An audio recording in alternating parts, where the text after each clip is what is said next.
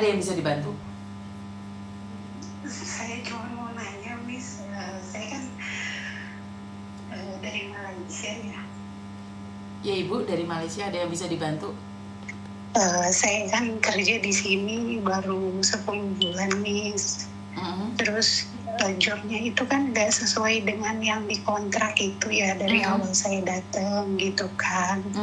Cuman ya udah saya coba terima lah gitu, ya udahlah nggak apa-apa gitu, udah terlanjur datang ya udah saya jalanin kan. Dulu kan katanya dua-dua yang saya jaga itu kan katanya bisa jalan, ternyata nyampe sini dua-duanya nggak bisa jalan ya Miss. Oke lah, nggak apa-apa gitu, udah terlanjur datang kan gitu. Terus? Ya udah saya kerja seperti biasanya.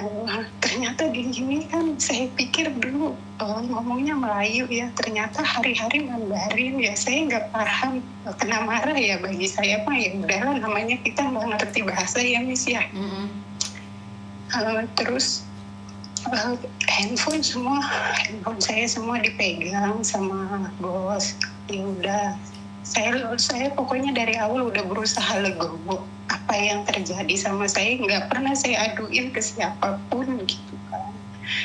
Cuma makin kesini kok makin kelewatan gitu. Kayak apa sayang? Ya makin kelewatan. Oh, makin kelewatan, terus? Iya kan saya kan dikasih handphone 1 minggu 1 kali gitu kan, nelfon ke rumah itu dari jam 10 sampai jam 11. Cuman kadang kan tidur mepet-mepet jam 11, handphone baru dikasih, baru nelfon sebentar, kadang nelfon ke rumah nggak bisa gitu kan. Handphone sudah diambil gitu. Terus kira-kira kalau misalkan udahlah genap 1 tahun saya mau pulang aja lah ke Indonesia gitu, apa saya nanti masih bisa nyari kesempatan kerja di negara lain gitu? Kalau negara lain nggak masalah sih, tapi saya pengen nanya nih, kamu proses kesana legal atau ilegal?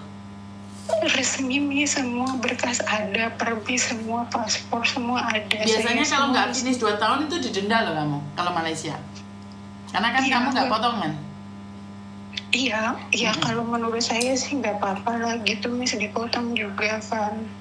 Nah ini pertanyaan saya sebenarnya segini Bu, kerja dimanapun tuh sama aja, bahasa Mandarin ataupun bahasa Kantonis itu sama aja, karena kamu bekerja.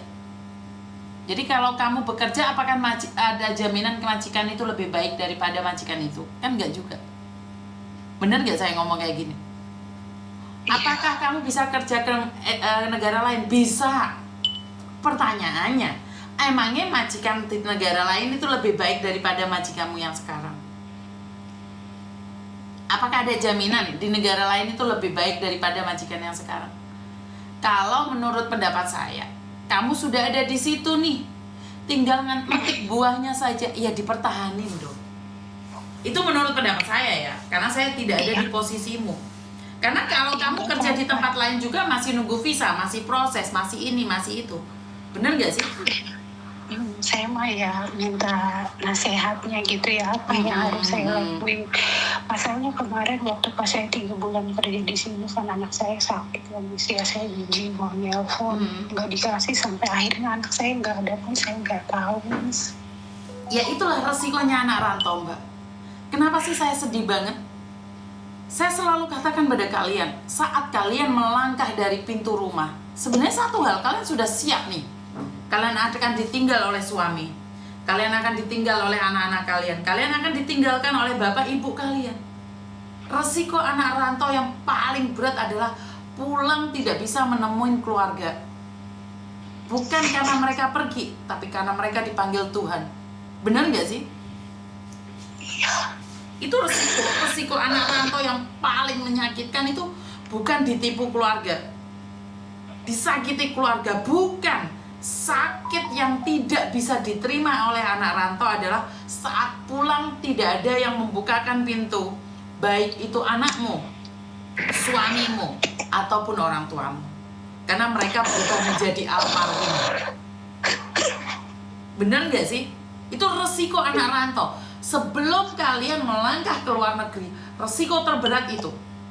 Ditinggal menikah masih bisa melihat lagi, ditinggal pergi masih bisa tahu kabar. Tapi kalau ditinggal di alam lain, kita itu tidak bisa melakukan apapun. Nggak ada alasan apapun. Dan kita nggak bisa pulang. Ini sakitnya anak rantau itu di situ, Mbak. Bener nggak? Bener nggak? Iya. Itu sakitnya anak rantau. Saya sudah katakan. Makanya saya selalu menyarankan buat teman-teman yang lainnya bahwa sakitnya anak rantau itu gak ada yang paham. Luka anak rantau itu gak ada yang tahu. Iya, saya kerja buat anak ya, Bis ya. Betul. Gak ada sakit nih. Paham. Karena itu, tapi itu resiko. Kamu melangkah dari pintu rumahmu, bukan melangkah naik pesawat, bukan. Keluar dari pintu rumahmu itu kamu sudah tahu resikonya. Sudah tahu. Kalau kita tiba-tiba diberi kabar semuanya tinggal nama, tinggal batu nisan yang bisa kita datangin. Kita datang hanya bisa membawa bunga. Kita nggak bisa memberikan apapun. Kita tidak bisa memberikan buah, membelikan baju, nggak bisa. Padahal saya niatnya kerja itu biar anak saya sekolah tinggi gitu kan ya. Tapi kan Tuhan lebih sayang ke dia daripada kamu, benar?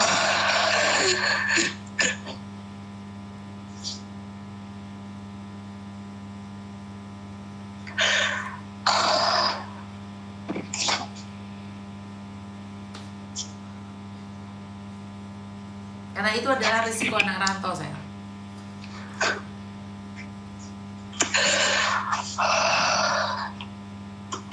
Itu biasa aja kalau kena denda itu kira-kira berapa ya, Bis ya? Nah, kalau masalah masalah Malaysia, Miss Yuni nggak tahu, saya.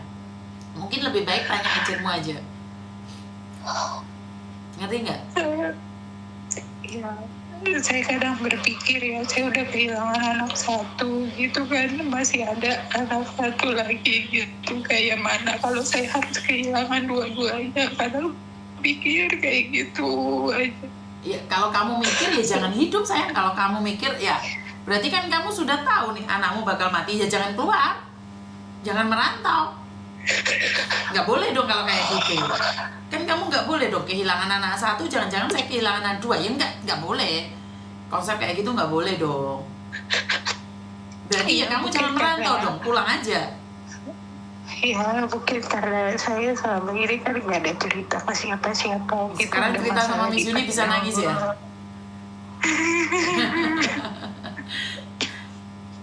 Kamu itu bikin Miss Yuni nangis aja, netesin air mata pagi-pagi. Saya nggak tahu harus cerita ke siapa. Selama ini saya cerita ke orang tua saya di sini baik-baik aja, saya di sini enak gitu. Kenapa kau mau cerita sama Miss Yuni? Ya saya nggak tahu harus cerita ke siapa lagi. Berarti kita ada jodoh dong, bener nggak sih? Bener nggak ada jodoh nggak kita? Banyak orang telepon lo nggak bisa ngangkat kamu tuh, saya telepon balik, bener nggak saya?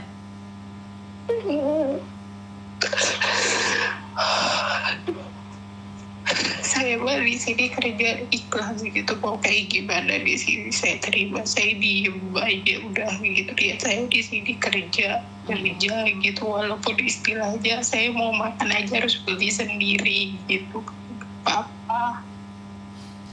Oke, intinya adalah sudah agak lega nih kamu bisa cerita sama Miss Yuni.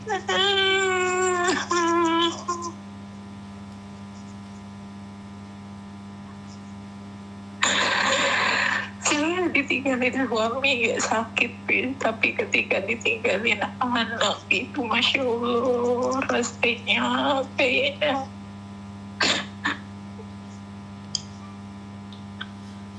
Percaya nggak? Karena Tuhan sayang sama dia, dia tidak diizinkan melakukan banyak dosa. Ngerti nggak? Padahal anak saya udah SMA, udah sebentar lagi.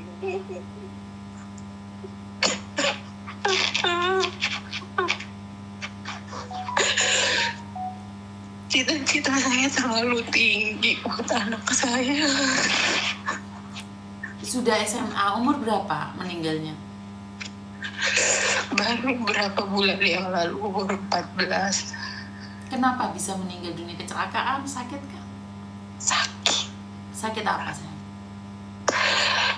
Demam tinggi. Terus? Ya, terus udah sih cuma demam tinggi itu doang. Mungkin karena ada lambung juga gitu. Ya, intinya adalah Tuhan lebih sayang daripada dia dong. Bener nggak? Daripada anakmu sakit terus. Bener nggak? Bener nggak sih? Ya, padahal dia nanya mama nanti kakak nanti kalau udah lulus mama pulang kan, ya nanti kalau kakak lulus mama pulang gitu kan, tapi malah dia yang pulang duluan, Miss.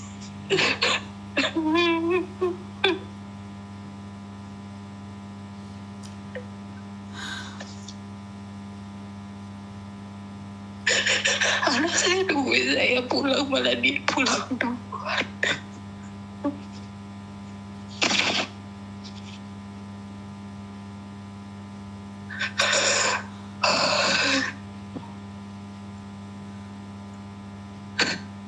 Tahu, Miss, ketika anak saya meninggal, bapaknya nggak mau datang. Siapa nggak mau datang? Bapaknya. Bapaknya nggak mau datang, lah kenapa? Ya karena nggak boleh sama istrinya. Nggak boleh sama istrinya. Oh, Jadi anakmu meninggal, bapaknya pun nggak mau datang. Hanya untuk saya minta untuk waktu terakhir pun bapaknya nggak mau. jangankan waktu datang, waktu kritis nih saya bilang minta tolong lah gitu kan, bayarin minjem duit dulu punya dia gitu kan buat anak saya gitu nih. Kata dia nggak bisa, soalnya nggak boleh sama istri saya. Terus saya bilang kan itu kan anak kamu, terus status kita juga masih suami istri, saya bisa aja nuntut kamu loh, kamu nikah itu posisinya masih suami sah, suami orang. Saya bilang kan gitu, tetap aja dia kekeh nggak mau, sampai anaknya nggak ada, dia nggak datang. Jadi kamu ditinggal saat merantau, kamu ditinggal suamimu menikah dengan wanita lain sebelum cerai. Sebulan saya